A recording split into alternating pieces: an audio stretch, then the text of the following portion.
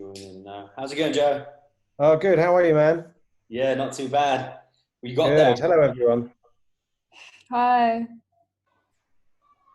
We're just guys. This is obviously Joe. Joe, this is everyone. What we'll do is we'll just do a quick little introduction before we get started. So we're just going to kind of go around the table essentially, and then yeah, we'll get going. So we'll go Madison. We'll go in the order you're on my screen. So Madison, Michael, Jacques, Hanna, Chris, and then we'll go over to Joe. Go, Madison. Hi, I'm Madison. I'm an actor.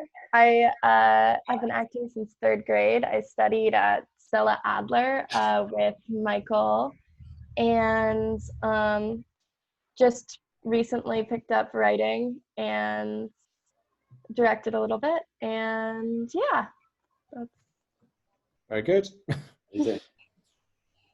Go, Mike. Hi, I'm Michael. Yeah, I'm from Bristol. I live in London at the moment. I'm sort of always between the two. I studied at Stella Adler with Madison and also some other members of the group, but they're not here today. Yeah, I act, write, or beginning to write and learning to write, and I've directed and helped produce to a certain degree as well, and just, you know, involved in film and the arts and everything. That's me. Right. Hey Joe, I'm Jacques. Hi, Jack. How are you? Very well. How are you? Oh, I'm doing swell today. Right. I live in New York. Sorry, I don't know where the fuck to start. I'm a friend with Zaheed. Zaheed and I went to the same school in New York. And yeah, I'm an actor. I'm a new writer, and I've produced a few things, and I'm ecstatic that you're joining us today. So thank you for being here. Pleasure. hi Joe. I'm Hanna. Hello. Pleasure to meet you. Thanks for joining today. I was living in New York, like many of these guys, and I was studying at Lee Strasberg Institute as an actress. I have recently moved back to London, which is my hometown. I was born and raised there. And yeah, I mean, have formed a group in the last few months, and it's been really keeping everyone afloat and sane. And so that's like one of the main things that we've all been doing is just kind of writing, and you know, also I think eventually we'll get back to our acting time. Cool. Perfect. Go for it, Chris. Oh, hi, Joe. My name's Chris. I'm from the Dominican Republic, but my mother's Irish, so I've got a bit of a tie to your set of islands over there. So that's cool. I lived in London for a while. I studied at the Strasberg Institute with Zaheed and Jacques as an actor. I worked as an actor since 2010, around there.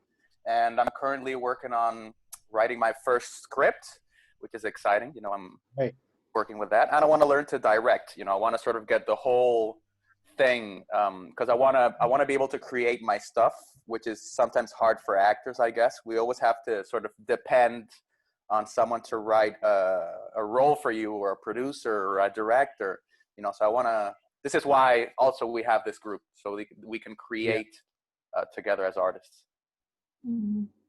Amazing. And obviously I'm Zaheed and Joe. We met through Mark Over, didn't we, at the Diversity Roundtable, where we kind of, I guess, are working towards getting more diversity within comedy. And then me and Joe had a conversation about kind of, you know, what Joe does. And then we obviously invited him to come and have a chat with us because we're a bunch of writers. We set this up at this. I've always written with other people, and having gone to Strasbourg and studied acting, and I did screenwriting for a few semesters as well. I've always written with a group of people, but all separately. And then I thought at the start of COVID, everyone has loads of time, so we started meeting on Zoom. And yeah, we're all doing really well. Everybody's working on scripts, and then we're working on an idea together as well. And And then, yeah, thank you for joining us today as well. No problem at all. And then I sent your, not resume, but like I sent a little profile about you to the guys. So if you want to just kind of, just touch upon just a bit of brief background to yourself. Yeah. Well, like all of you, I study, well, I did theatre studies in London. And I ran a theatre company for about sort of 4 or 5 years after university with friends of mine who are still acting. And I just lost the bug. It lost me, and I feel very sad about that. And then I was lucky enough that a friend of mine was working in telly, so I started working in entertainment TV, worked on the first ever series of Big Brother in London. And then over 20-something years have worked on a variety of sort of entertainment, comedy entertainment, and now more sort of scripted comedy. So I've been across all sort of job titles, from producer. I've done some writing, did some writing with James Corden, if that's of any interest to anyone. I produced him as well.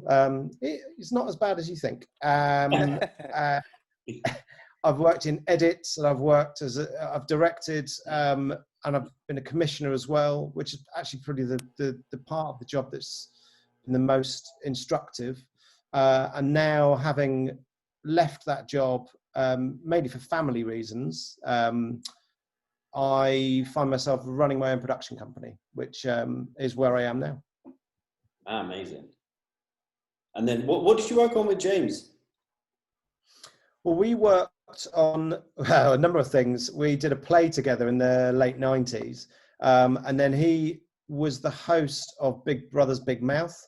So we wrote on a few, so I produced him for a couple of series on that. And then I wrote a couple of award ceremonies with him and Matt Horn. Amazing. Cool.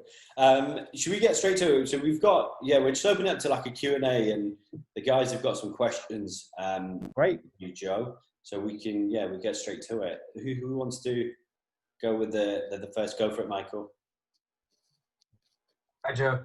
Hi. Yes, I guess I was interested, like, what grabs your attention when, reading something, but then also when you're working on something. What is it that sort of, it pulls you into the projects that you work on? And if you have examples of projects that, pulled you in at the start, but then lost you, why?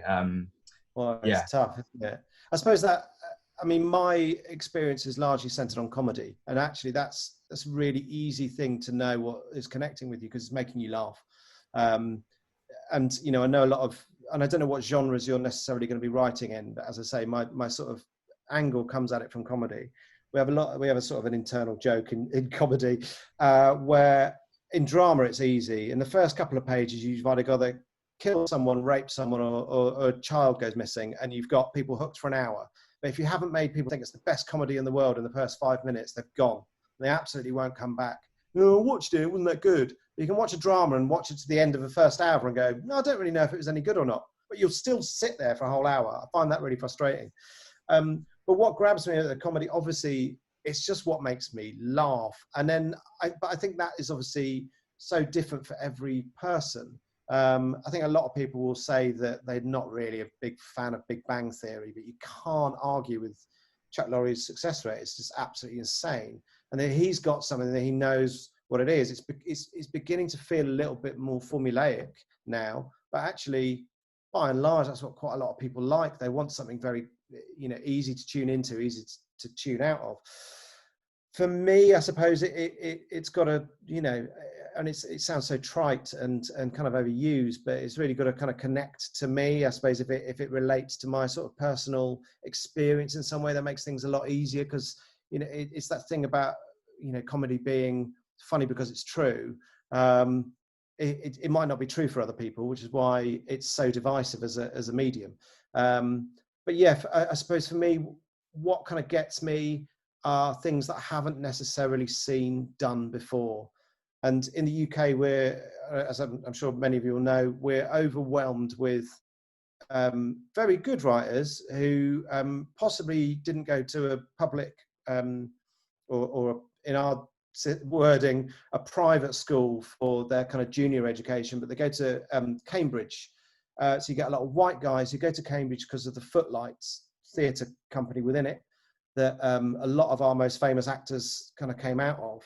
And they all end up thinking in a really similar way and structuring jokes in a really similar way. So whilst they might be writing about something completely different, they're all saying the same thing, and they're all largely white middle class guys, because that's just the sort of nature of it. So it's really interesting to hear something from, I'd say, what is it, about 90% of writers are white men. The comedy writers are white men. That's what I get sent. I'd say it's easily that. So it's great to hear something from someone who is non-white and someone who is non-male. Those are things that are, you know, often sort of make you excited. Other than that, I think I try and keep a sort of quite open mind as much as I can, because sometimes something will surprise you. But that said, you know, you can never save a project in the last 5 pages because you've lost everyone by then.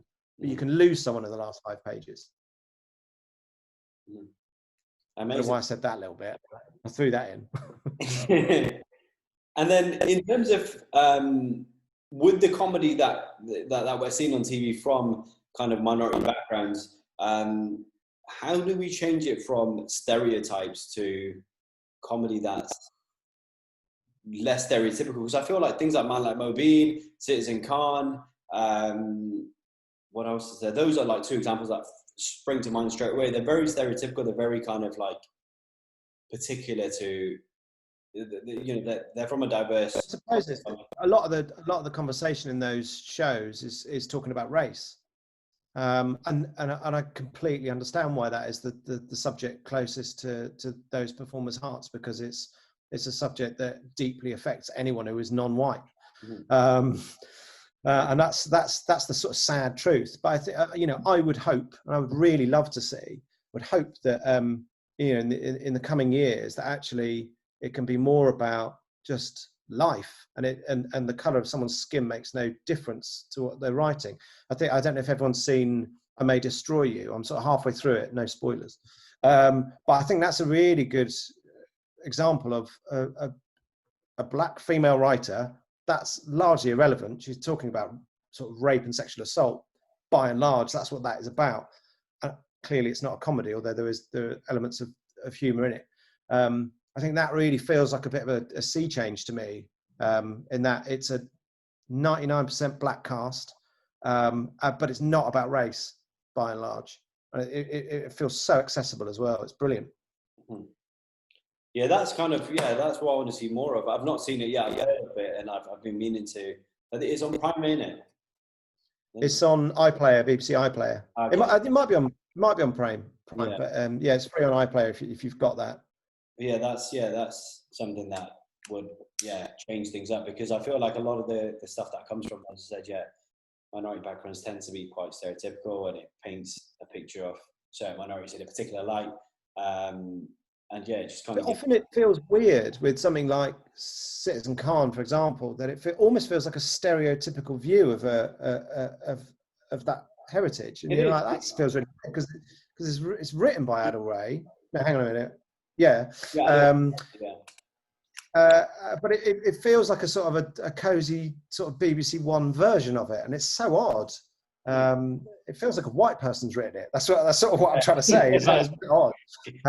But maybe that's what he was aiming for. You know, I don't know. But yeah, definitely watch I May Destroy You. I mean, it's an extraordinary piece of work, but it's definitely worth a watch. Yeah, and I see the star. The star is also the creator of the show, Michaela Colo. Yeah. So that's interesting. She's done a few things over here. She did a sitcom called Chewing Gum, which wasn't necessarily my cup of tea, but again, it was brilliantly sort of written and performed. She's some sort of anecdote. I think she was doing a deal with Netflix, and they were going to give her £1 million for some project, and they said, and we retain all the rights, and she said, yeah, I'm not interested. Ripped up the contract, walked out. Wow. Did you have your hand up? Was it Michael? Yeah, I was just going to say, that, like, touching on that note, do you find that there's a lot of that content being made, or is it just selected? Do you know what I mean? Like, do you think it's just something that has has been pushed for a while. Like you said, a show about the culture, but there is stuff out there that is, you know, great comedy that, just like you say, it tells a life, it tells an individual life. But you know, but from people from all backgrounds. You know what? It's so difficult to try and drill down into the reasons for that. I would say that you know, any sort of TV show has got so many points at which it can go off the rails or change direction. So you've got your writer who may have written, you know, 6 of the best scripts in the world, but if they haven't got, the lead doesn't quite get it, they do a really good audition, they get the job, and then they don't gel with the director, or it's raining for quite a lot of the shoot and you have to and loads of things sort of come into play. You end up with a bit of a mishmash of a show, and everyone just sort of falls back into the you know, the usual modes of doing things rather than doing something new and exciting, which is why you'll often get the most new and exciting stuff from people who aren't attached to big studios.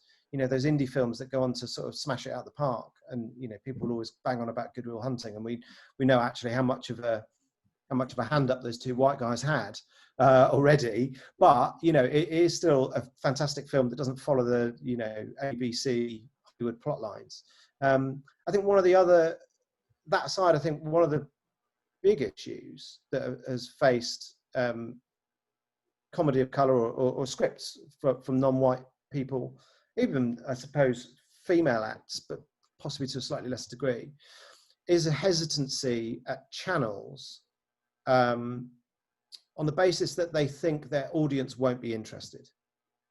And that is probably the biggest shock, and probably the bit where you're like, well, what fucking chance does that give me? I genuinely feel, certainly at the time I was at UKTV, we were sort of constantly banging on that door and saying, well, that's not an attitude you're allowed to have. You can't simply go, I don't think they'll like it. Let's do some research, let's look into it. And so as a result, on Dave, and I'm sorry if I'm talking about channels that don't really resonate across on the other side of the pond, but Dave started as a very male, mid-40s, Top Gear motoring channel. It was basically, you know, MAGA, with the best one in the world. It started very, very sort of Trump style, but British.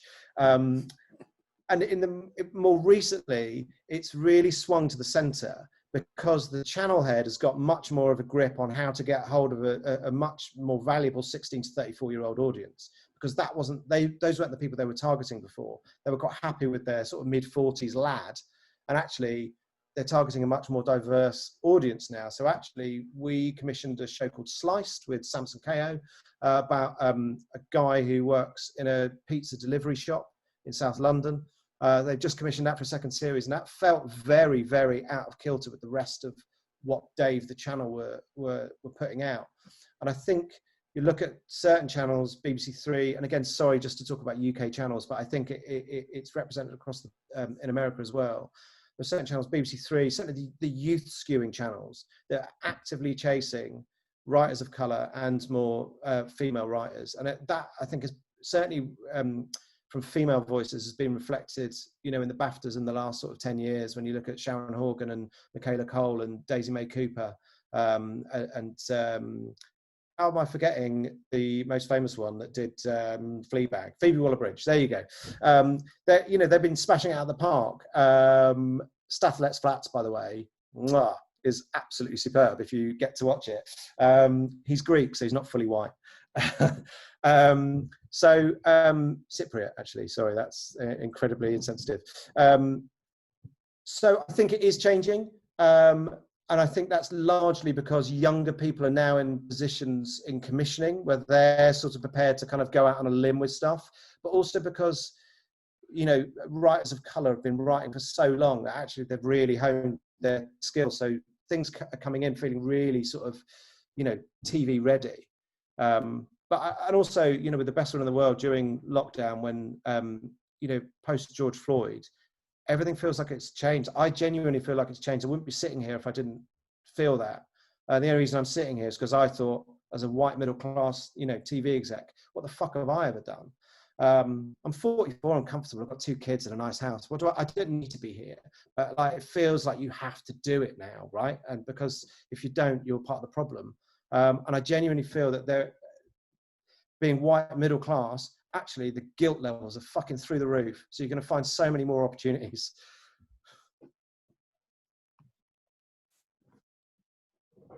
So did you have Chris, did you put your hand up? No, but Okay.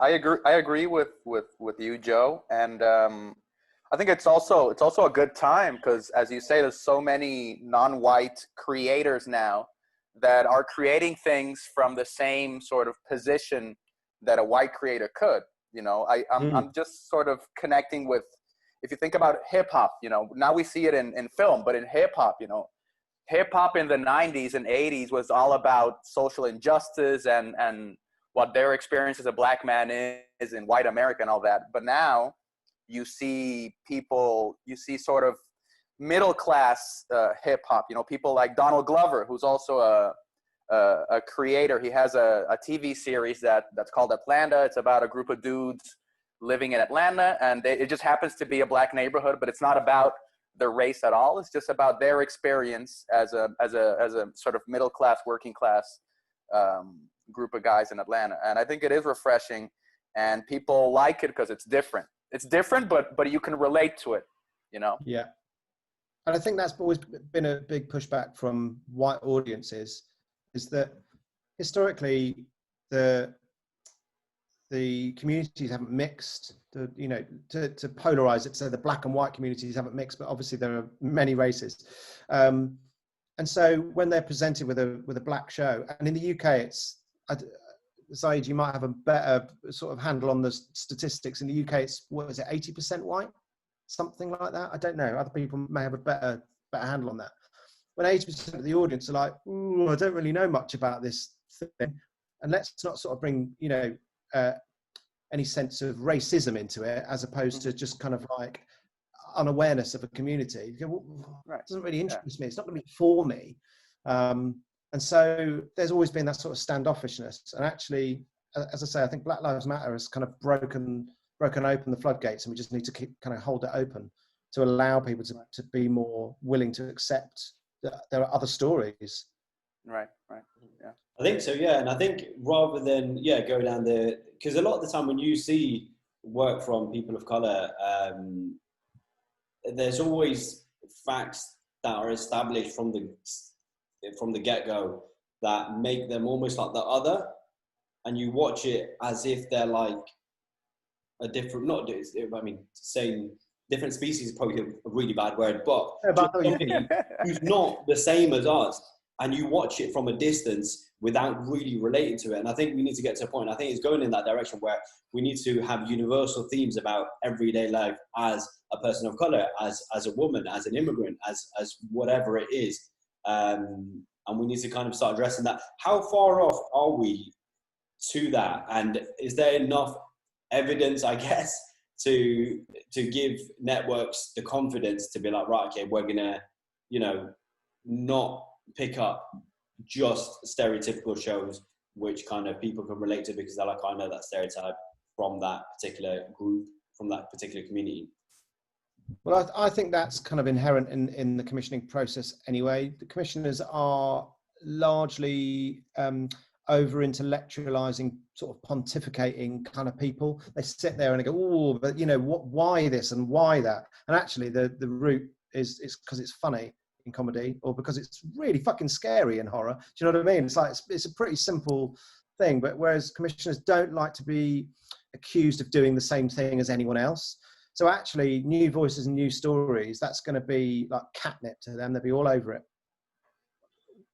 Can I 100% say that's going to happen next week? No, I can't. But it's happening. There are certain channels where it won't happen. They're really, BBC One, possibly not. ITV, possibly not.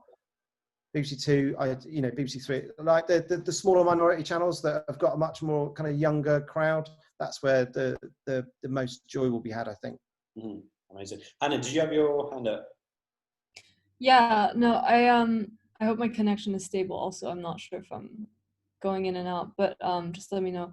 I think it's really interesting when you were talking about what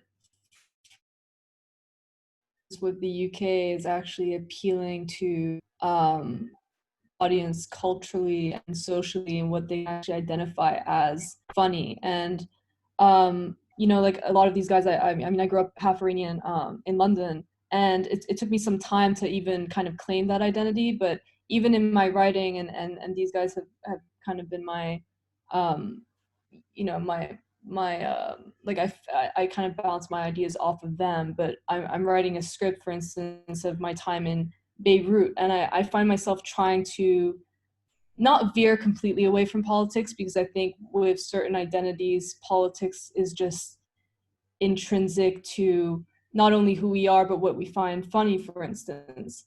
But I find myself kind of falling into these mental traps of like, I wanna cater to the British audience or the American audience. And because I know what I might find funny, or what my dad might find funny, or what my friends in Beirut or Palestine or in Syria might find funny, but you inevitably kind of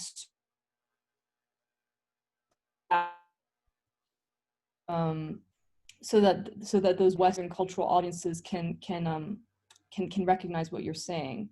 And so I guess my question in all that is, what do you find more interesting? Do you find it more interesting when it's authentic and when it's locally sourced, like the humor and the comedy? Or do you think there is a need to kind of meet people halfway when you're coming from, say, a minority background or a different part of the world that's been associated with war or, you know, tragedy? Like, what's your view of that? I suppose what I would say is that I don't necessarily think I find any one thing better or worse than the other. I could happily, I mean, I love Transparent, for example, right up until I realized Jeffrey Tambor was a prick. But you know, culturally, I'm not Jewish. I don't know. Do I know any trans people? My uncle was. He sadly no longer with us. We didn't see him much. I'm going way too much into that story. You don't need to know it. Very long time ago.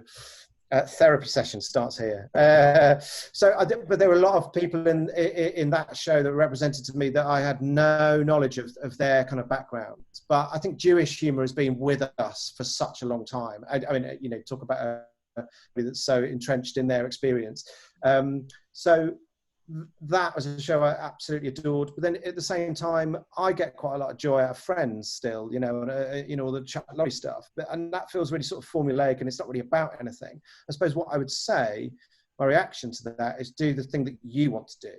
Because if you start taking the edges off the show, trying to forward think what the issues might be, then you're limiting your voice, I think, to a degree. And it may be just, you know, a few degrees here and there.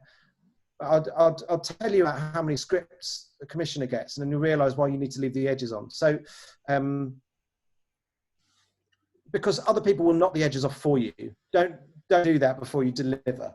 Or they'll obviously redraft to make it better, but like, I think there'll be certain aspects that you think, well, that's fundamentally the joke about the Iranian experience, and actually if I take that out, that whole scene doesn't work, or this whole project is not. What is it if I'm not talking about the Iranian experience, if that's what your script is? So you know, how many people have you ever met that have got a script inside them? I mean, it's fucking tons, absolutely hundreds of thousands of millions of people who've got a script inside them. Of those people, probably about 10% actually get off their ass and write it. So you sort of think, well, you're ahead of 90% of people anyway. Great. Of that 100% of scripts that get sent in, and this is bad, I don't take any joy out of this, 10% are laughably bad.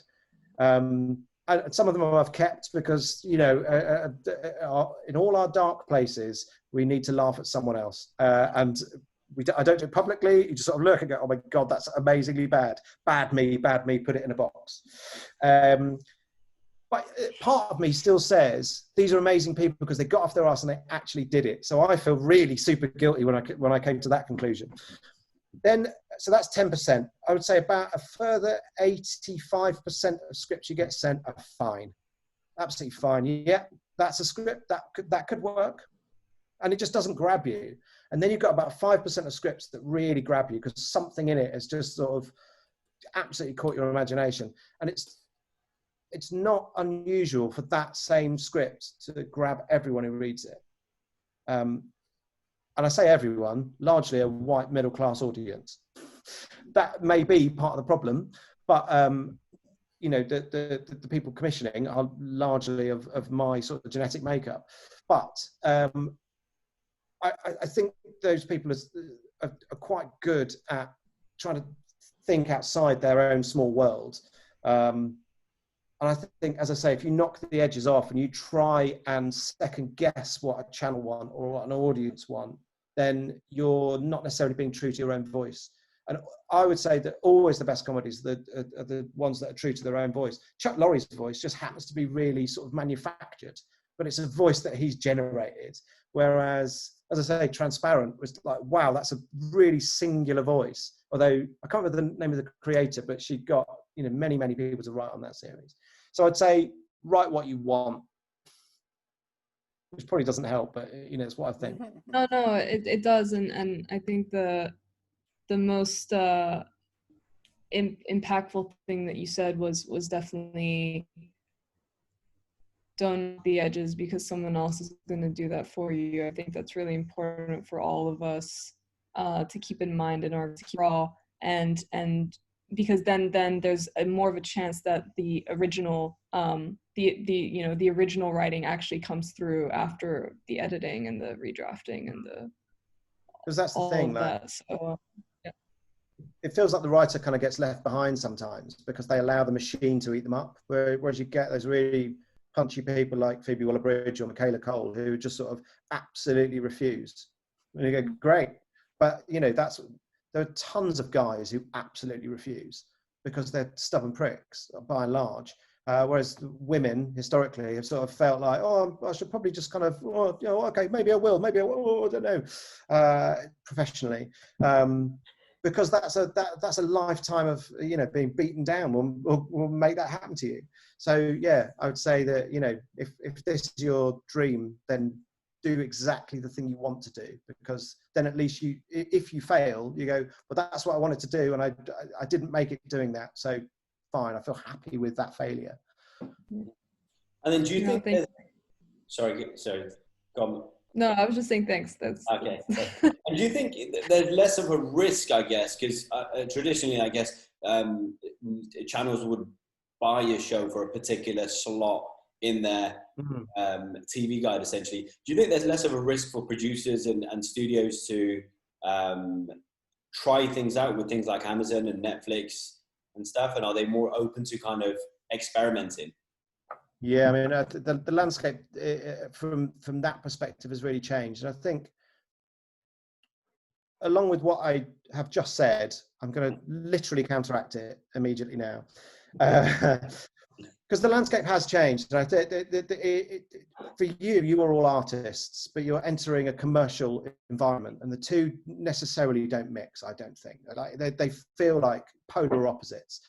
So if you're not going to be happy writing a script for Coca-Cola, don't walk in the door, because that is what is happening. You know, and those are the people that will knock the edges off for you. And whilst it won't necessarily be Ronald McDonald like leaving script notes, it will be the advertisers will speak to the airtime buyers, who will speak to the head of advertising at channels and will say, well, your airtime, and it's like there's a whole business there that are saying, you need to give us this very thin, piece of content, and that is what we want. And so as a channel, you go, right, that's what I'm looking for. And that's why they say, we're after this, this, and this, because it's been sort of levied down to them by advertisers, which is why the BBC is so important, because they don't have advertisers. They don't need to do that. And that's why it breaks my heart whenever I see anyone bashing the BBC. It's not perfect, but it's better than anything else you can get for that money. So I can't remember quite where I started, but yes, so to answer your question, Zaheed, there is increasingly a desire, certainly from channels in the UK, to team up with the streamers and or channels in the US, because it basically makes the show about half as expensive. So we made a show when I was at UKTV called, God, what's the name of it? We cast Anna Paquin in a show we made for Pop. Anyway, so we had it in the UK, Pop had it in the States. They co-funded it. Everyone was happy. We did another show with RTE. End of the Fucking World was originally a sort of a co-pro with Channel 4 and Netflix. So producers have to go around and find where they're going to get their money from. And you'll often go to a channel and go, yeah, I quite like it. And then that producer will go squirreling away through all their contacts and then get some money from somewhere else. We've got a distributor attached. They go, oh, great, well, let's make it. So there are tons of different ways to do it. Does that change what your script should be? Probably not at this stage. All I would say is, just, as I say, the commercial arm of things will definitely kind of have an effect at some point. You just have to be aware and at peace with that, I think. And then kind of following on from that about writing what you want to write. Now, if you've got something that's quite strong and in your face, do you go in with a diluted version in order for it to be, for them to easily be able to kind of swallow it, or do you go fully how far you want to go with it? It's a difficult one, that with like a bitter pills like that, you say, oh man, that's a punchy show, or I'd love to make that. They often don't necessarily fit a brief that you have at a channel, and I think that's one of the biggest problems is producers who work with writers and say, oh yeah, I've got this, I'll pitch it for you, and they do pitch it, they send it in. The amount of scripts we had at Dave that were just so wrong, they were for a completely different audience, and then the producer just firing scripts at you constantly. So as a result, you just sort of turn off. You go, well, you're not listening to me. Why would I ever want to work with you? I don't even get to see the writer. So if you've got a really punchy idea, I suppose it depends on if you think there's a natural home for it. If you think there's a natural home for it, then really go for that. Absolutely. I mean, Netflix is obviously the place for sort of slightly punchier stuff currently, and they've got an absolute mega ton of money, but they'll only work with certain production companies. I found out recently. Just one of my very best friends is a commissioner there, and he told me that quite openly. I was like, thank you, that's saved a lot of time. But I think punchy ideas are brilliant. And, as I can't remember who was saying about how it feels like everyone feels more empowered now to make content, because we've got, mobile phones, which are basically, an HD camera in your pocket. It's been democratized. Anyone can get hold of not anyone can get hold of a mobile phone. I get that. They're very expensive. They're thousands of pounds. What am I talking about? But most people have a mobile phone. So, most people can make stuff. Quite a lot of stuff is being made on YouTube. And I know certainly a show called Enterprise on BBC Three started because Coyote, the main star of that, was doing just an online video. It's so good, called Hood Documentary. If you haven't ever seen it, look it up. The guy, I don't know whether this is okay. He just really reminds me of a young Eddie Murphy, just like his incredible use of facial expressions. He is a young black male. So obviously, I don't want to just be seen as someone who's saying, he's a young black man, he looks like a young Eddie Murphy. Like comedically, his timing is so spot on. And because that short was so good, he then started getting touted around. He got an agent off the back of it.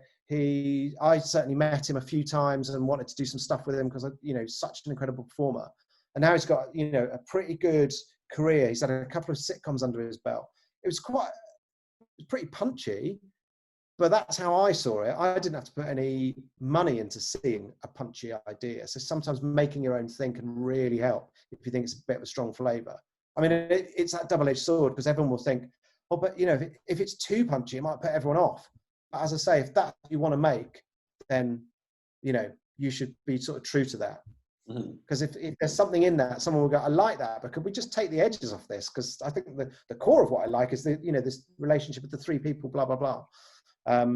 So, if it's punchy, possibly do a bit more work for the commissioner than just writing a script, I would say. Okay, cool. Madison, I think you had your hand up a few minutes ago. Oh yeah, but it got answered because I was going to ask, like, basically, how often do things get rejected for being too much? But you kind of answered that. It's always largely to do with what you're after. I've very rarely seen scripts that are too much.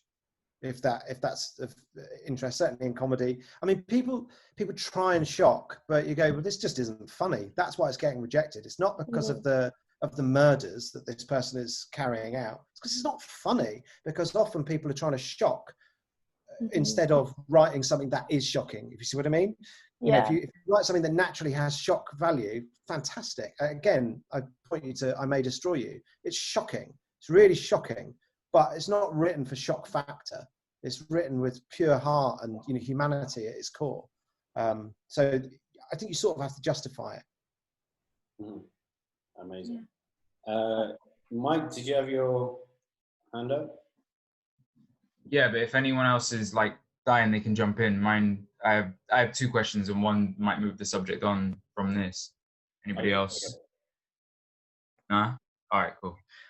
Yeah, I 100% agree with, you know, I mean, if shows are 80% white male written, you know, then an audience is going to be one demographic as well, because like you say, you know, people want to see stuff that appeals to them and attracts to them.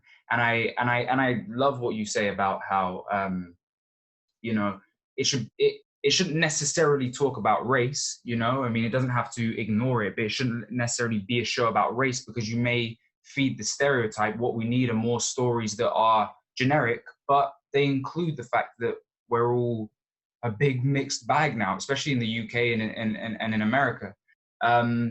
So one of the questions, it might just be a quick one.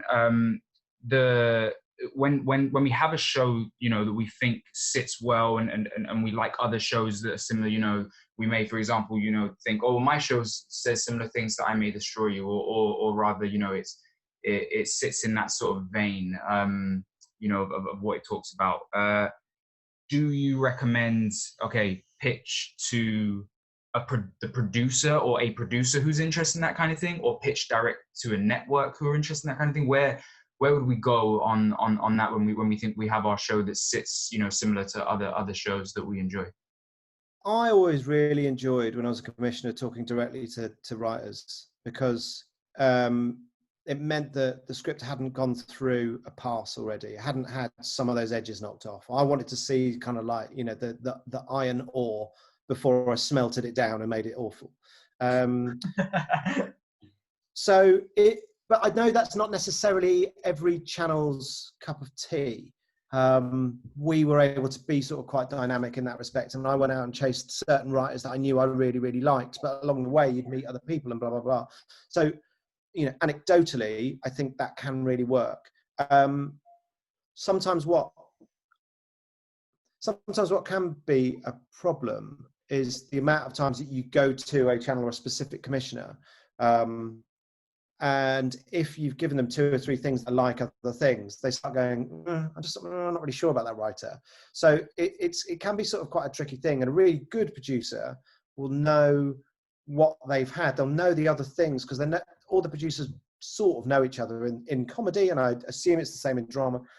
They kind of know each other, and they sort of know the other things that everyone's working on. They sort of try and keep out of everyone's patch. So they'll know the stuff that's been pitched to the channels, and they should be really good friends with the commissioners. So the commissioners can just say, we've got this, this, and this coming up. Oh God, yeah, of course, thanks. So it's a small group of people that sort of control the locks to the doors. I would probably err towards a producer that you know really well, or you know, failing that, if you know a commissioner really well, great. I mean, always use the people that you know really well. But if you're sort of starting from scratch, I would say do it via a producer. You know, unless you have an agent as well. I mean, you could get your agent involved, and if your agent knows the commissioner, I suppose that what I'm saying is there's no one route. But I would imagine, like, the most usual route is to go via a producer. And the good ones will have the really good relationships. I mean, the problem is that no one likes to be the guy that commissioned the other Fleabag that wasn't quite as good and gets forgotten, weeks later. But then that's such a sort of an individual story. If you were pitching, I'm trying to think of if you're pitching a load of nerds living next to a hot girl, you'd be thinking, well, this is very big bang, isn't it, guys? I don't think we're ever going to get that made, because that is such a mega hit. But I don't know, it's very difficult because some projects look very similar on the surface, and then when you read it, you go, this is not Joe about that at all. So if it's too similar, I'd probably leave it on the back burner for a bit. I don't know if that's answered your question. It was a bit of a rambling. No, it does. No, 100%. From what you're saying, I'm hearing, do your research and also pitch to, something realistic, something and also that feels right. You know what I mean? I think, like you said, what really interests me is what you said about how, producers and networks and the people who work at that level stay out of each other's patches. So I think, 100%, if there's a show that is about, a group of bikers, don't pitch it, and it's coming up, don't pitch your show, at this time, probably is a good answer, but yeah, no, it 100% answers. I wanted to ask one more question, but again, it might move on, so I don't know if anyone else wants to jump in. Does anyone else have anything that touches upon kind of what we're on at the moment, or should we swiftly move on to Michael's next one? Yeah, go for it, Mike. Sorry, just very briefly. Oh, Hanna, sorry. Sorry, just very briefly on that point, whilst it occurs to me, is that some people will pitch shows that are really similar to the channel that is showing that show. So you say, if Dave, for example, showing Sons of Anarchy, and someone said, "Oh, we should do a sitcom about bikers," you go, we've kind of got a show about bikers. Like, it's not, we haven't turned into a biker channel. And it's all about tone rather than content. People do it all the time. Oh, I thought you'd want a sister show for that. That doesn't exist. It's not a thing. When did you ever notice a channel commissioning two of the same thing? And you'd be surprised how many people pitch in that way. It's really weird. I can literally imagine literally after Sons of Anarchy, there's a show that's just a mockumentary about bikers. It would be like they weren't taking themselves seriously. No. Yeah, like what the fuck? Sorry, Hanna, you were going to say? Yeah, no, it was more of an abstract question. I'm just curious, obviously, because of your career and your kind of your affluence in the comedy / entertainment industry.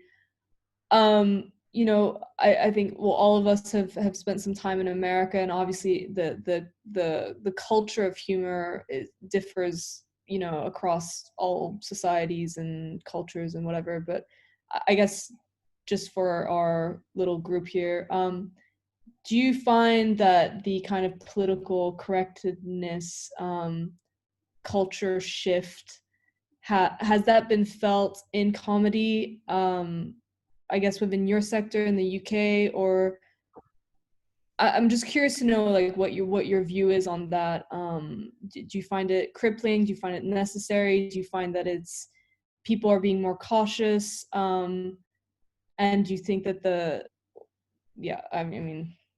what's the vibe you're asking? What's the vibe? Yeah, that's exactly what I'm saying. It's funny. When the word woke became more present 4 or 5 years ago, you got a load of scripts that were called woke, and it was about some people who were a bit woke. And you're like, yeah, I get that.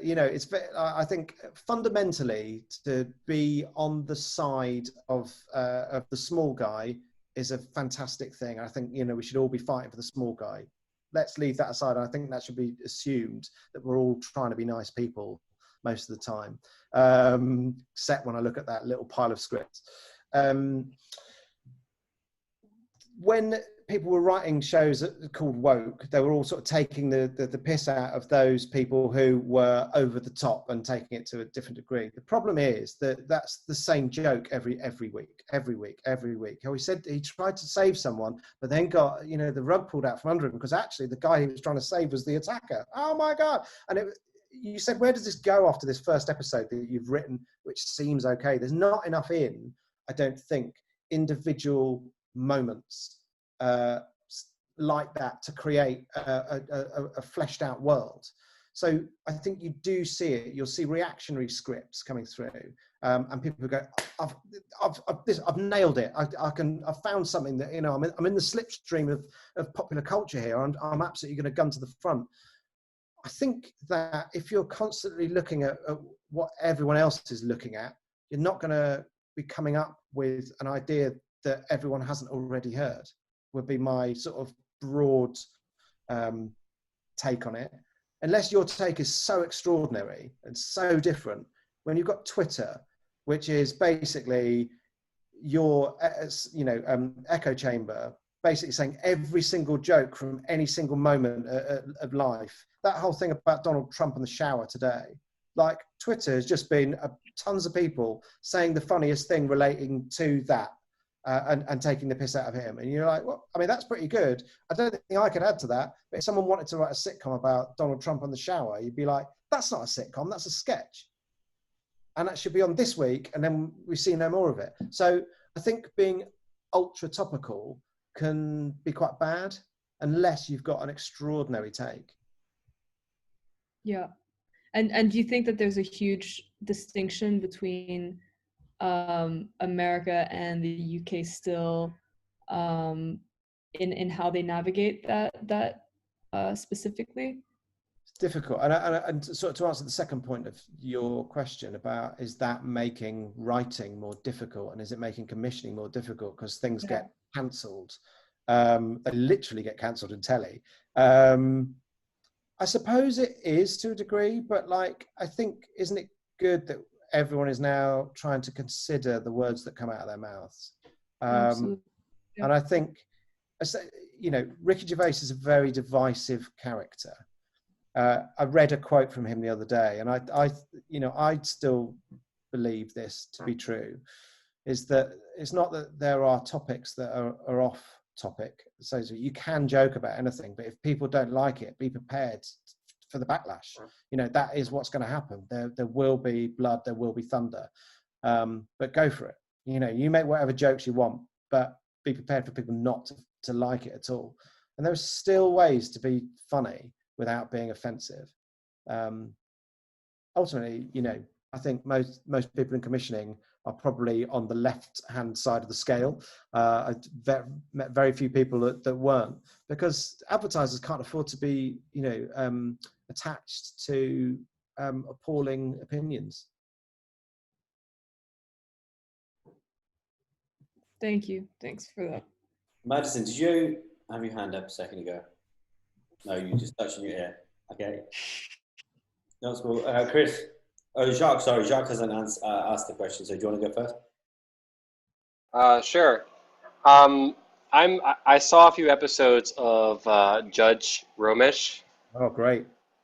And I thought I really enjoyed it. And I'm curious, how did you come to work on it? Like, did they pitch it to you? And if they did, what was the thing that really caught your interest?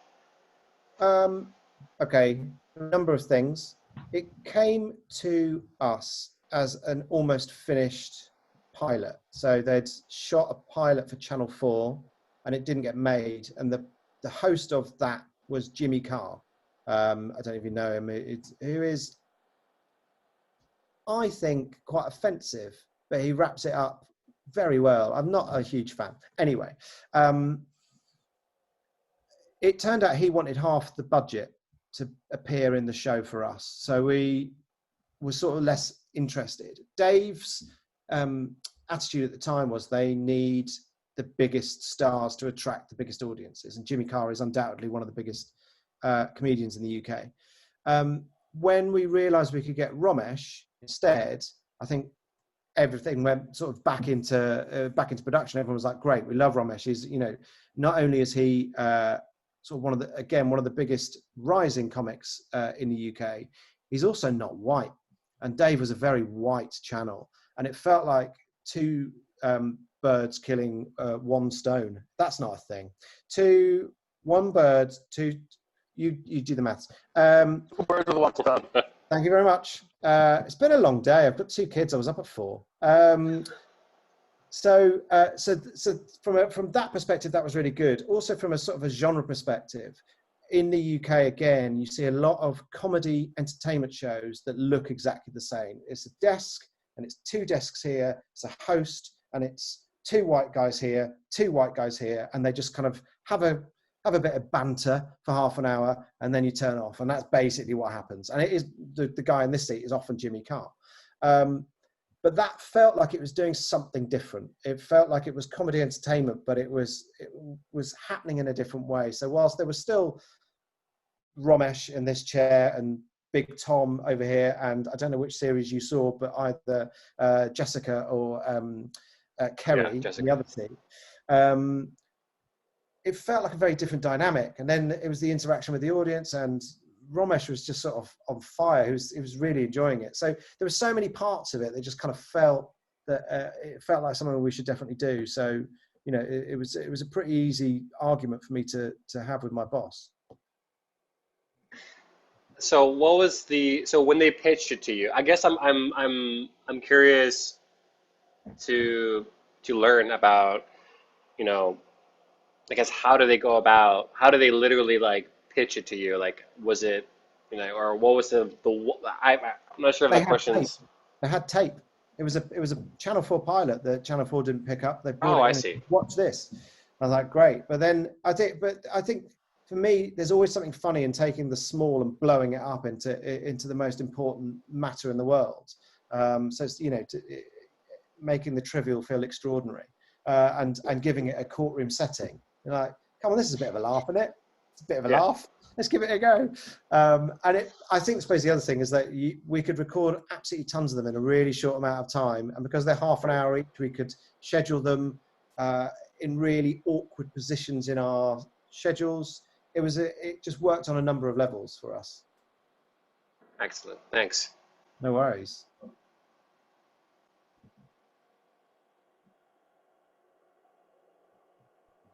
Zaheed, you're off. Can't hear you, Zaheed.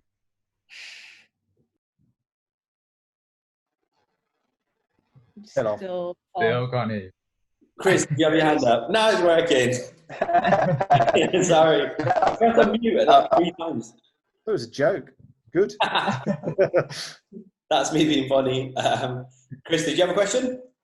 Yeah, I wanted to ask, you were talking about like Jewish, sort of Jewish culture and film being very sort of popular and mainstream, or you know, they're very sort of, it's a very popular, a Jewish movie is funny basically in a lot of countries, and also I think black movies, sort of like Will Smith. I'm thinking Will Smith, for example. My question is why? Chris, you're really crackly. It's crackling. Oh, you can't hear me? No. Okay. It's crackling. Can hear you. Got halfway through the question, but it's okay. So why hasn't, for example, the Latino culture or Middle Eastern culture in UK, why haven't they got the same? Like, what is it about the Jewish movies and the black movies that are so popular nowadays? The Latino in the States that are still a big demographic haven't been able to achieve. I'm thinking maybe it's because of the producers that are in the industry that are Jewish and black. That sort of, or is it that exactly like producers like yourself sort of go to that formula? To be honest, I think that's a really difficult one. As I say, there's always been a history of comedy in the sort of the Jewish community. I think they've had to use that as a kind of a defense mechanism, certainly in the sort of 20th century. And then as you say, there are a lot of high profile. I might be getting my history wrong. I think there are a lot of high profile Jewish studio owners. Is that right? Yeah, I would imagine so. Hollywood is very Jewish. Yeah, and so obviously that kind of comes down from the top. And then the stand-up scene in America, again, my scant knowledge of it, Richard Pryor and Eddie Murphy and, you know, a load of amazing high-profile black entertainers. And I think, again, the studio bosses didn't really see color at that stage because they were largely Jewish, maybe. We're like, great, let's use these guys because they've got a massive audience. Look at, you know, let's look at Raw. The audience there are absolutely killing themselves. Who's this Eddie Murphy guy? Let's stick him in a film. And then you get Coming to America, which is, I saw the other day, holy shit. There's a lot we need to not, you know, let out the back on that one. Yeah. Jesus Christ. But amazing all at the same time, but still lots of it quite offensive. So I don't know is the short answer. There's certainly some cultures in the UK where it's not deemed as a legitimate career path to be in entertainment. And again, anecdotally, you see that in the sort of Asian and East Asian communities where people are expected to go into law or medicine, and that is still very much held dear to the parents who arrived. And again, I'm talking about the UK rather than America, but I think probably the same applies. They fought, you know, tooth and nail to get to this promised land, and there's no way their kids are going to fuck it up by becoming a fucking comedian. No way, you know. So I'm a doctor. Why aren't you? Or I worked my ass off in a supermarket so you could become a doctor, not so you could be a bum. And I'm sure there are second generation. There are second generation. You know, like for example, there are people that their parents came from Pakistan. You know, like Zaheed. But imagine someone who was born and raised in the UK has a child, and that child is in their 20s now. They would have the same. I mean, I'm sure a British person like Zaheed wouldn't push their child to pursue only medicine. You know, they're like what I mean by that, there were Middle Eastern immigrants in the 60s in the UK. So now there are third and fourth and second generation. I suppose as it gets further down the line, it becomes an easier conversation to have. But this is really not my area of expertise. Anyone else? Right. No. I get where you're coming from. That makes sense. Yes. Maybe that's true of Latinos. I don't know. No, I can comment on that. I think even now, like going back to the conversation we had with Mark and Russell and Nish and stuff as well. Even though we are third generation immigrants from South Asia, it's still not deemed as like a responsible career choice, because it's just like, well, you're going to end up like, and even with like cultural milestones that you need to reach, they see them as like, you're not going to reach them at a particular, you're not going to, you know, do the whole thing of buying a house, get married, you know, having kids, etc. That's more important to them. So they think if they, the quickest route to that is by getting a, what they call quote unquote proper job, and they deter. And even amongst my generation as well, there are so many kids that were super talented, super funny, but they weren't almost not allowed to go into that, because it's like, no, you need to do a proper job, you need to get a proper degree, you need to earn decent money, and then by the time, you know, they leave university, that playfulness, that, you know, that playfulness is just gone from them. And then they're this really serious human being, and I'm like, that's boring. But that is a massive thing, and that's a massive issue. And I think that's the reason that plays a part in the whole diversity kind of conversation as well. I think because if there's not, you know, people from minority backgrounds going into the arts, we're never going to have people in the arts from the backgrounds that we need them from. When you know, producers and networks are like, we need people. And even if you look at drama schools as well, drama schools are like, I was the only, there weren't many at my time actually. And then I remember when there was another Indian boy. There were a lot of Indians. There were a few, but not a huge amount. Maybe 5. More for directing, yeah. As for directors, there were a lot. But there was like 5 in there. And majority of them at Strasbourg were like children of people. They were only there just to put something on their resume so they can say. Yeah, the parents were some famous actor or producer. Yeah. Mostly. So I think that plays a massive part in the whole diversity issue as well, where there's not much going into that. I like on what Zaheed is saying. I think it's a double layer. You know, I think some minority cultures. I mean, my parents really had no hope for me, to be honest, of ever being employable in anything else. But I think, you know, if I grew up and I had seen, you know, an Iranian or multiple Iranians or Middle Eastern people cracking jokes, you know, filling up houses and theaters, you know, that kind of that fated moment where I kind of bowed my head and told my parents I wanted to be an actress might have, I mean, they were proud and they were happy, but they might have not felt so, you know, so scared if they'd been like, okay, well, we can point to this person, and this person, and you know, that has already been, people have already broken through the industry. Therefore, our daughter or our son are going to be following down a somewhat pre-established path. And I think in a lot of our cases, you know, we're the first, right? So like we're coming in hot, and we're kind of, it's a great opportunity. Like I think we have the opportunity in a way. It's, you know, we can kind of dwell on the past and be like, well, our you know, past generations didn't do this, but to be the first generation, you know, and I'm talking, you know, I think it's a different landscape for every kind of culture and minority background, whatever. But to be some of the first people that actually from your community are making other people laugh and being like, we're not just serious or suicide bombers or, you know, corner shop owners, but we actually are funny people, and we have characters and we have personalities. That's gonna be very gratifying, and I think it's gonna be a great moment. And I think Rami Malek is actually someone I greatly admire, because he got up on the throne, you know, his like 2-minute moment, which was probably, you know, probably a bunch of people might have attempted to even censor him, and he really pinpointed the fact that he is an Egyptian American. He grew up as an immigrant. No one could pronounce his name. He was this kind of like awkward, lanky Egyptian kid.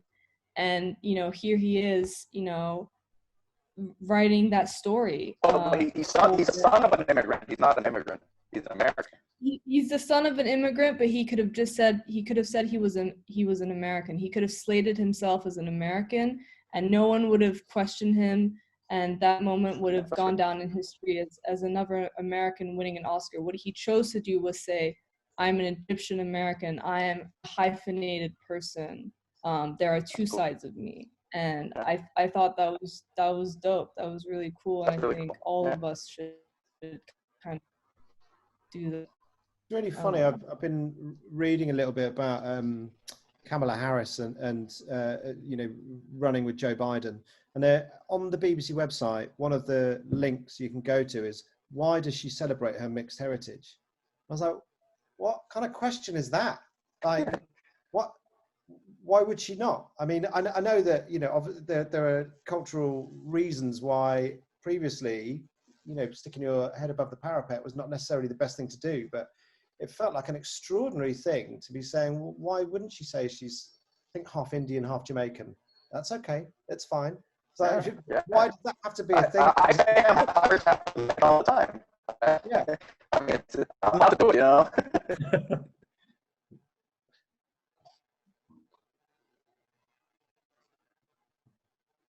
Yeah, I think it's funny that you mentioned about the question on BBC about her mixed race. It's definitely, I think, a cultural American need to have that question out there. I think that because there's so much diversity and because people are really, really scared of what's going on, there is comparable to before Trump, the United States was actually kind of quiet. There wasn't so much, like, I mean, that's not true, but it wasn't so viral, so like vocal about social issues. I think just now, because of the pandemic, these things are happening.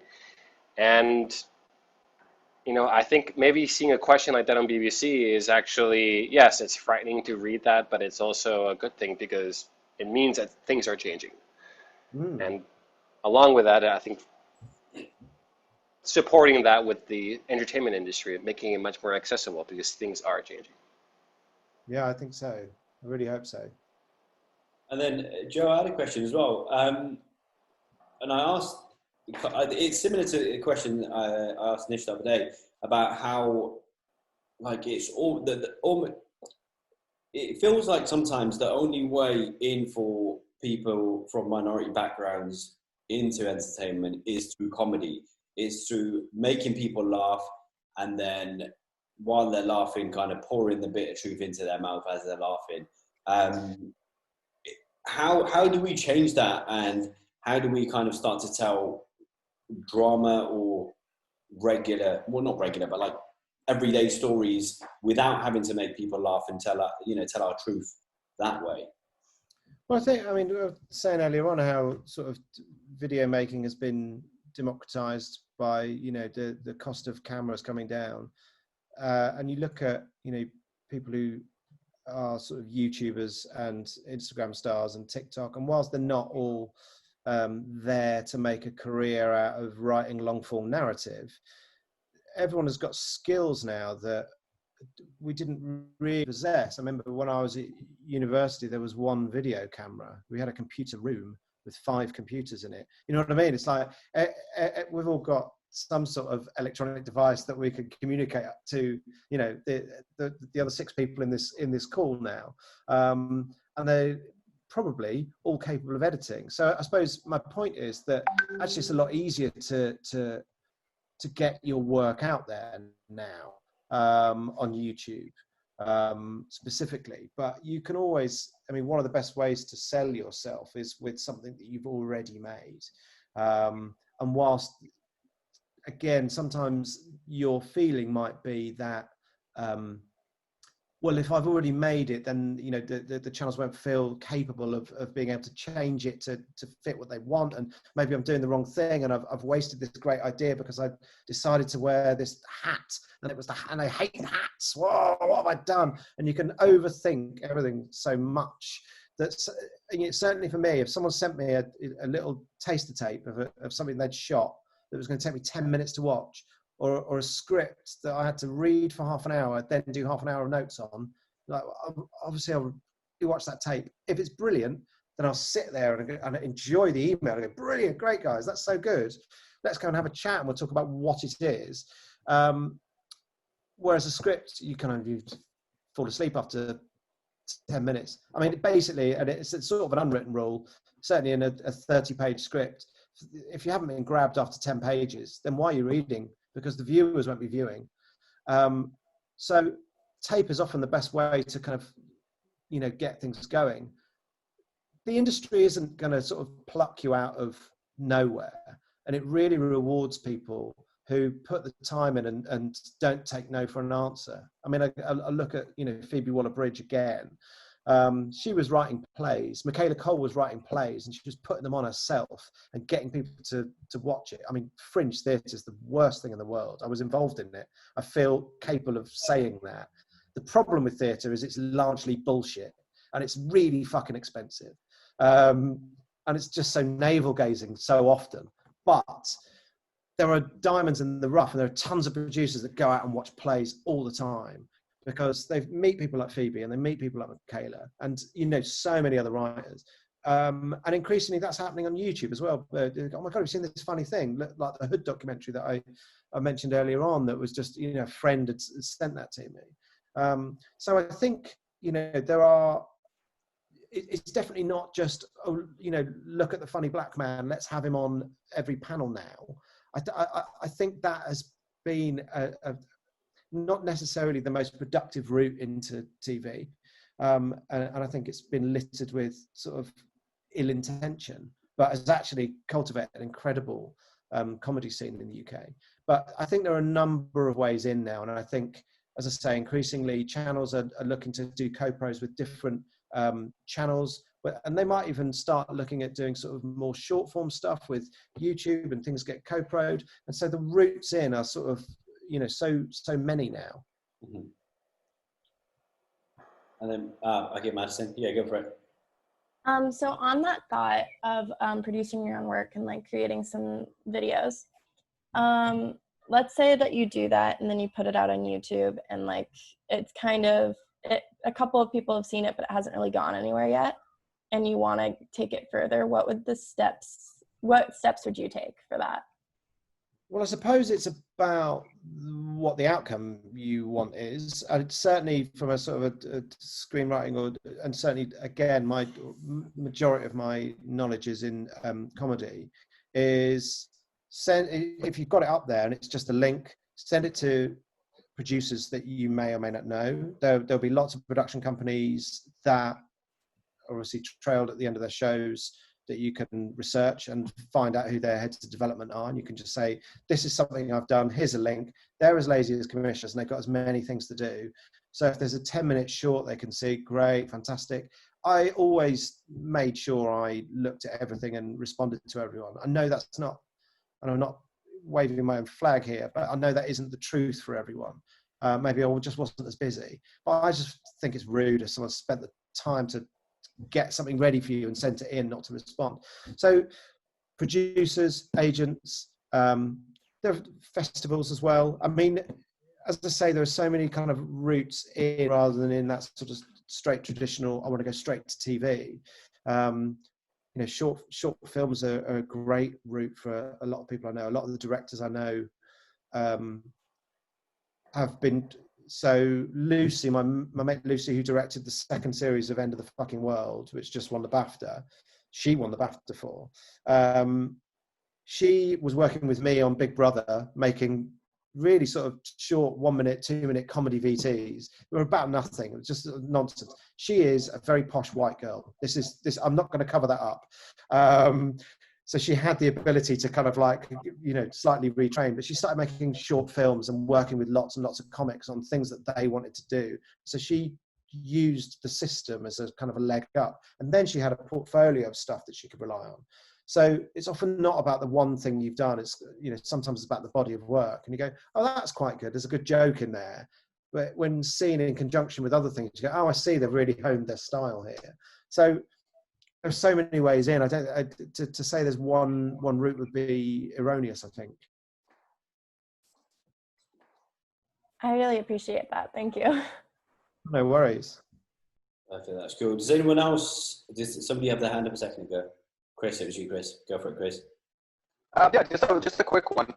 If you see a pilot and you sort of produce it and it gets greenlit for a first season, and then it has to, then the channel decides to cancel the show, would that tarnish your producer? I mean, how does that work?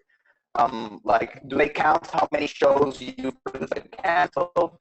How many people have the shows? What sort of how do you know a good executive producer from a bad one? That's a really difficult one. There are some people that people just respect. And it's really odd, like, and you just kind of get a sense that their taste is right. So I was talking about my friend Chris, who's a commissioner at Netflix. He used to be the head of comedy production at the BBC. So he was in charge. He was a commissioner at the BBC. I think he commissioned Fleabag, and then he went on to produce a number of award-winning shows. He's just one of those people that is excellent. He's had a number of failures. I mean, we've all had failures. You learn more from your failures than your hits, I think. But there was definitely a pressure at work that you needed to get some things commissioned, because it's not.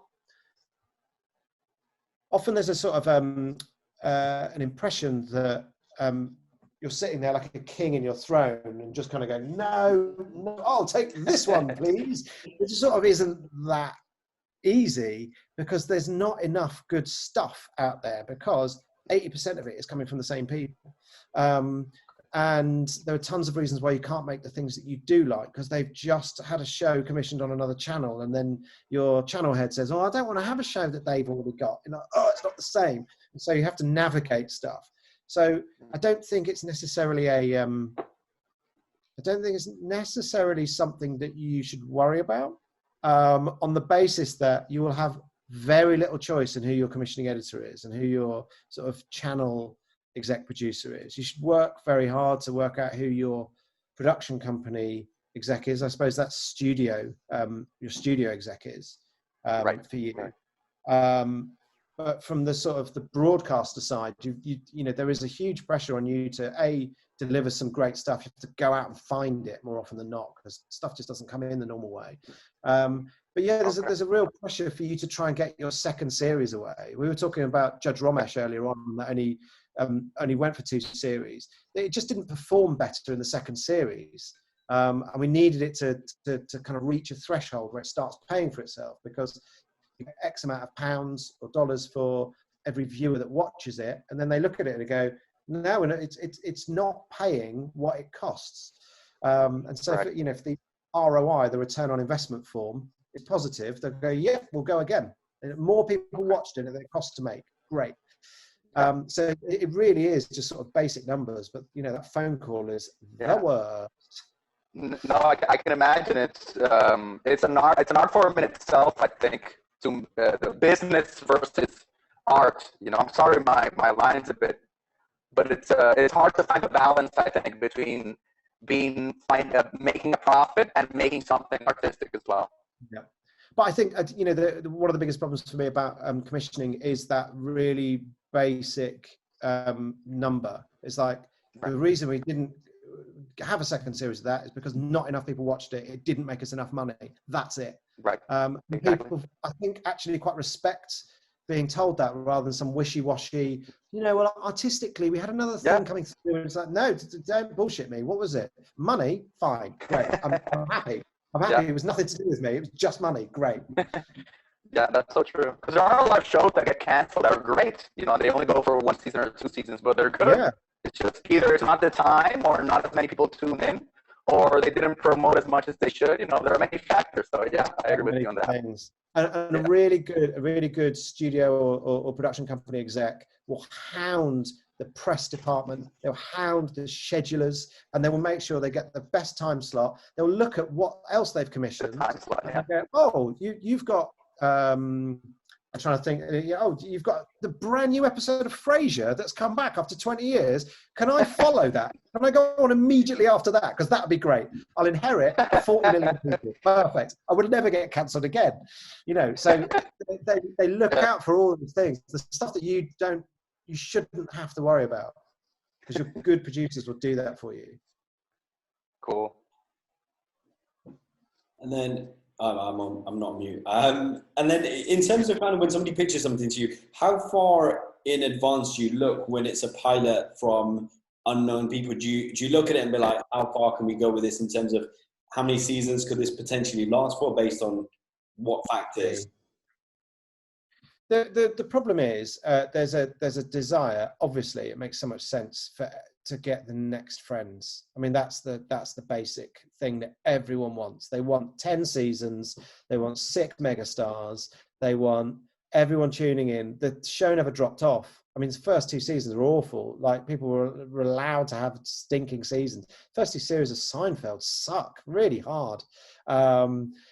But from season 3 onward, it's the best thing that's ever been written. I think, but that is part of your, that is part of what you're doing. And I sort of touched on it earlier on, where, I think there are 3 different ways a story can go, I think. Certainly in comedy. If you get a really good joke, like, it was a Donald Trump hair thing in a shower, you go, that's a sketch. If it's not just about that, it's more about him being a president. You go, well, that is a sitcom. But then actually, if it's just about the president who's in the shower on a plane that's crashing, that is a film. And so there are 3 very sort of specific lengths, and you should know what your project is. Is it self-contained? Is it just fucking incredible characters that will run and run and run and run? Great, that is a sitcom or a continuing drama. Is that just a really punchy, funny idea? Stick it on YouTube as a sketch. Mm-hmm. Or have you got brilliant characters that work in those forms? Great sketch show, but no one commissions sketch shows, so forget it. Yeah, amazing. That's cool. And then, did somebody have their hand up a second ago? No? Perfect. Okay, cool. And then just for like anybody, because this is getting out on YouTube as well, just for anybody watching, what's the best way? Is it a case of meeting producers and meeting agencies and meeting, production houses and directors, etc., in order for you to pitch stuff to them? Or what's your view on kind of, I guess, cold emailing? But I suppose the thing that everyone needs to know is what the door is to knock on, to go through, to get your show made. I mean, that's the hardest thing. And that's the thing that I suddenly realized, oh my God, why can't I speak to that person as the commissioner? Why can't I speak to that person? And the agent is sort of slightly squirreling them away. I'm like, oh, presumably they're working with lots of other people. So my sort of main tips would be, if you're a writer, write. Just keep writing. Write. It's a skill, you'll get better at it. If you are waiting for someone to pay you to write a script, then you'll be waiting forever. It's never wasted time when you've written a script if you're a writer, because A, you're exercising your skill, and B, you have then got a finished product. If you go to a channel with a treatment, but no script, they go, that's fine. This is a treatment that says that's the funniest show in the world, but I've got no proof of that. I might as well throw it away. I don't care where this main character went to school. It's of no interest to me. I've got to go and have a meeting with someone in a minute where I tell them their show's cancelled. What the fuck was that? I mean, I think trying to think in those terms is really interesting. It's not this artistic environment that we all really want it to be. So write your script. If you've got the time and you've got the means, write the script. And if it doesn't work, write it again and write it again. Then it's really good. I mean, this is excruciating because, you're putting yourself out there. This is what you think is funny, or this is what you think is dramatic, or this is what you think is interesting. If no one responds to that, fucking heartbreaking. But that's the job you're all in. I'm sorry, there's no better way to put that. But if you never show anyone, you'll never know, and then that's worse. The not knowing is the worst thing in the world. I think I just can't bear it.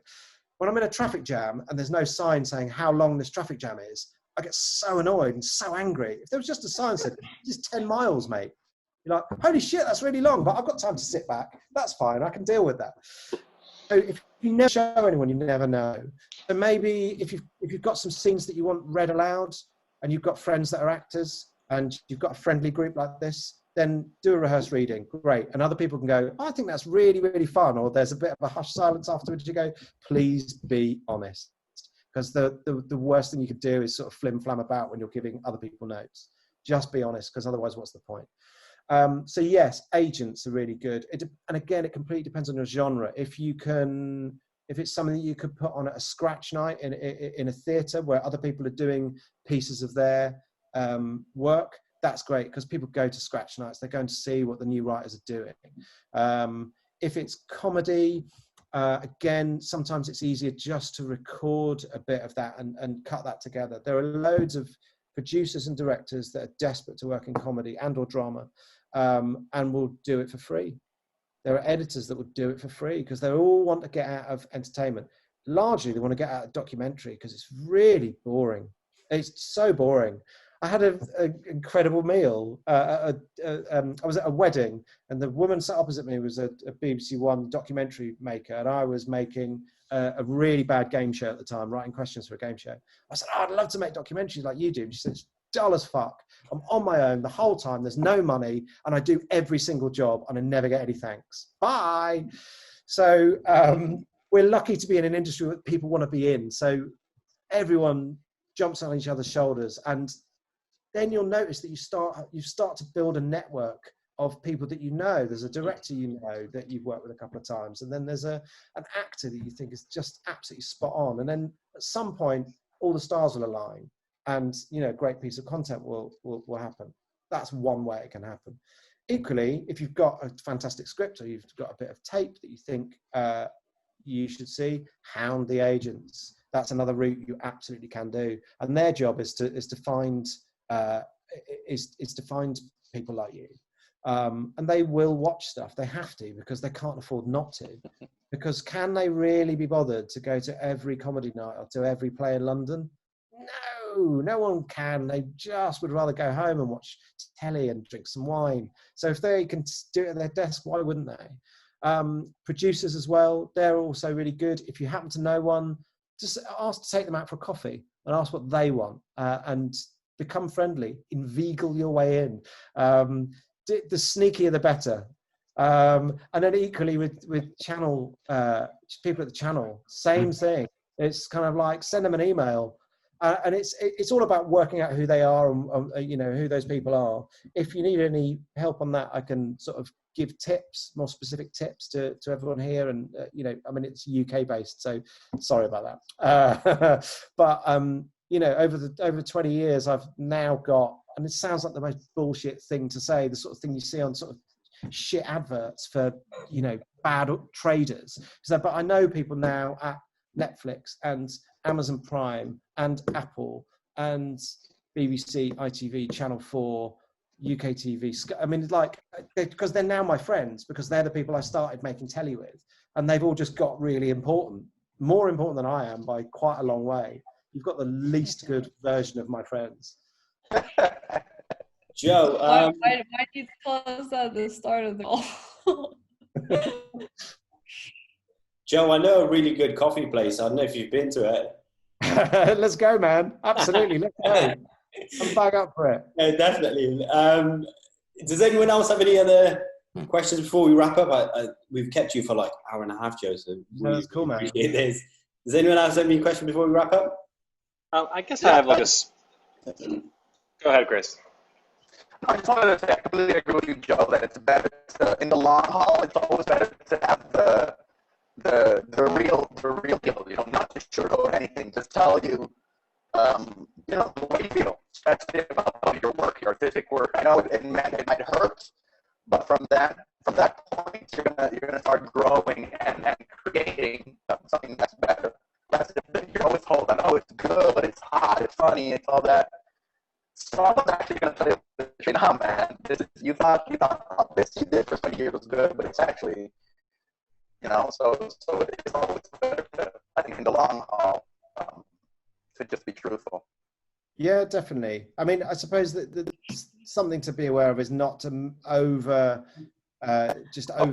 constantly and send too diplomatically, of course. Yeah. I mean, it's there's no magic formula, but just try and gauge what you would like to get.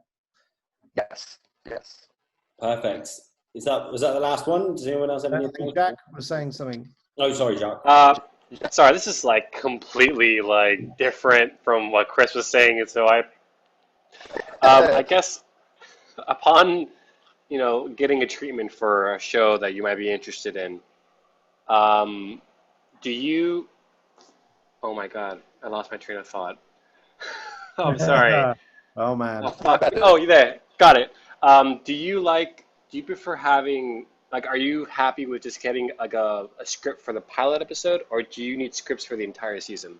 No. I mean, like, sometimes, you know, just a couple of sample scenes is enough. If the writing's good, you can tell.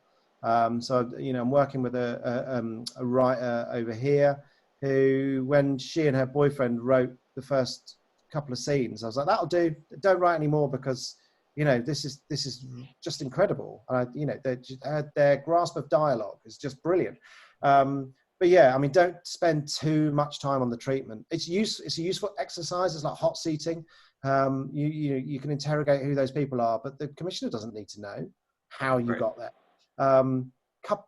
3 pages tops. I mean, I break that rule all the time, but like any more than that, just write the script. So as long as there's something to go on, as I say, treatment always say this is going to be the funniest show in the world, and there's very little evidence of that. Right. Cool. You're on silent, Zaheed. Right. Sorry. Yeah, should we wrap it up? I just want to say, yeah, massive thank you to Joe for taking out 2 hours of your life to speak to us. We really Love to meet you all. Very nice to meet you. Yeah, Thank you so much. Well, I hope it's been useful. It's like, it's very difficult to judge how useful what you know is. You often, it's incumbent on all of us to remember that we're all valuable. Before this, I was like, what would we fucking talk about for an hour and a half? I'm not sure I've got that much in me. It turns out I have. It turns out I've got loads of guff to give you all. So, you know, everyone's got something incredible to say. I'm not saying that was incredible. I've really gone down the wrong route. But, you know, keep going and keep trying, because if it's what you want to do, then just don't let anyone stop you, because you'll find a way. Absolutely. And yeah, we'll let you go, Joe, and I'll message you anyway. We'll go for a coffee at some point as well. Yeah, definitely. We've got some work we can share you, hopefully, fairly soon as well. Stuff. All right. Perfect. All right, take care, Joe. Thank you. Take care. Bye. Bye-bye. Nice to meet you, Joe.